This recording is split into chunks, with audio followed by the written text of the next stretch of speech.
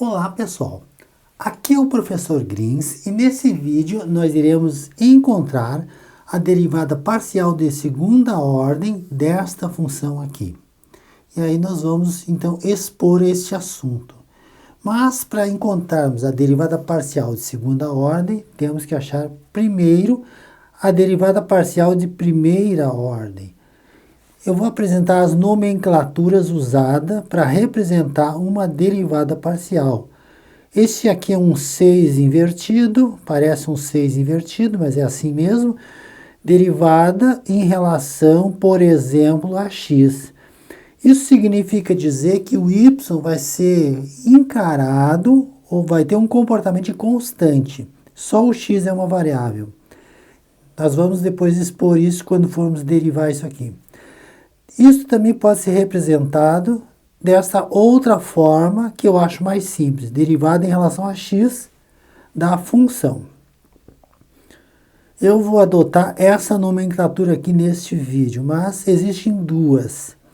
Bom, nós apresentamos a derivada em relação a x, mas por que o x é o preferido? Necessariamente não precisa ser x, pode ser derivada parcial da função em relação a y, ó, o 6 virado aqui de novo.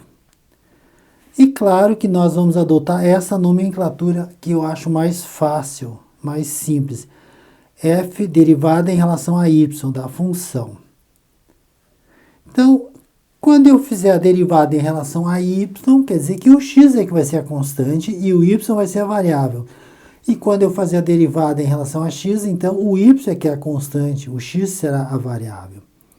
Então vamos começar encontrando a derivada parcial de primeira ordem desta função aqui. Bom, então derivando essa primeira, usando aquela nomenclatura que eu falei que eu ia usar, derivada em relação a x da nossa função, e agora o x é a variável. Então, se é variável aqui, no caso, se eu for derivar isso aqui, o x é a variável, passo o 3 para frente, como é de costume, e x, aqui é 3, x elevado a 2.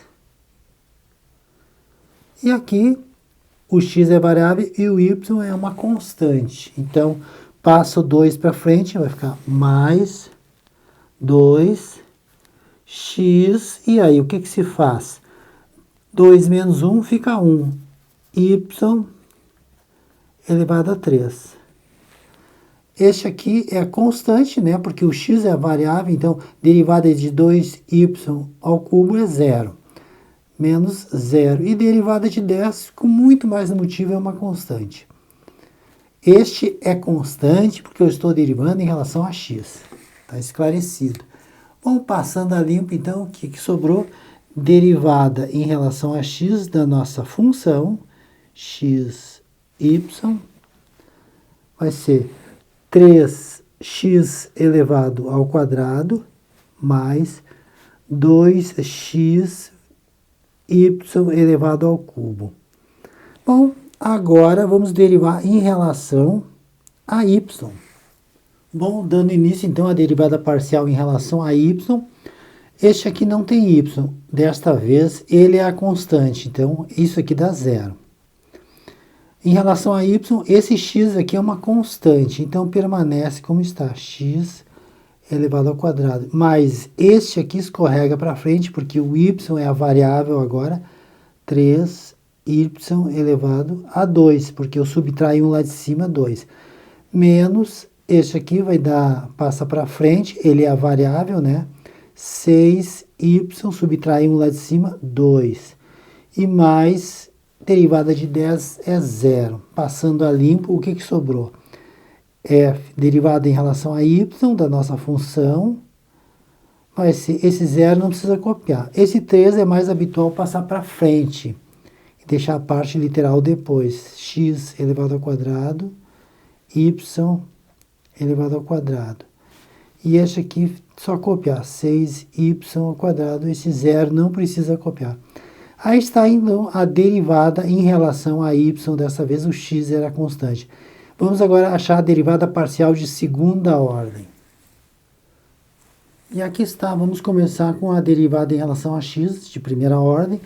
derivando mais uma vez para ficar de segunda ordem, já derivei em relação a x, vou derivar em relação a x novamente. Então, derivada segunda. Aí está, então. Mas é derivada parcial, então o y é constante.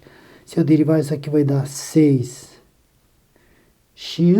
subtrair 1 lá de cima.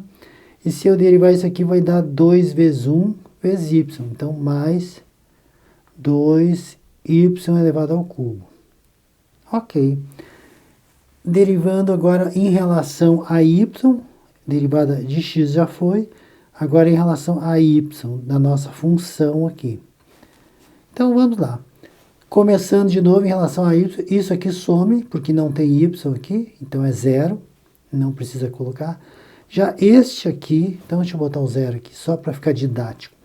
Este aqui em relação a y, o 3 pula para frente. Esse x tem sua permanência garantida porque ele está grudado na variável.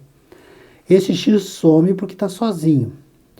Quando uma constante está sozinha, ela está lascada, é zero a derivada. Só se ela tiver padrinho, ou seja, agarrada à variável. Então aqui no caso vai dar mais 2x, é constante, tanto o 2 quanto o x são constantes, e a variável 3y, e aqui em cima 3 menos 1, 2. E agora nós podemos juntar esse 3 e esse 2. Então, f x, y,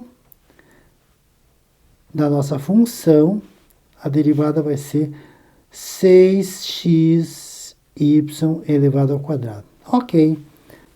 Já está, então, armazenado. Agora, vamos derivar, começando com a derivada em relação a y.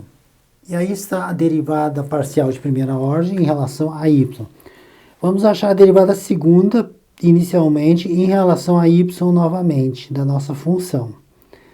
Então, derivada em relação a y, aqui passa para frente, vai dar 3x ao quadrado. Isso aqui é uma constante, tanto o 3 quanto o x, porque em relação a y, ó, estamos derivando em relação a y novamente. E aqui vai dar 2y, 2 menos 1 é 1.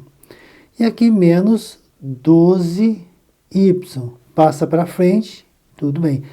Passando a limpo e agora juntando esses dois números numa multiplicação conjugal, que vai dar 2 vezes 3, 6x elevado ao quadrado, y, menos 12y. Aí está então a nossa derivada parcial em relação y. Mas nós podíamos derivar aquilo lá, fy, em relação a x. E agora vamos fazer em relação a x.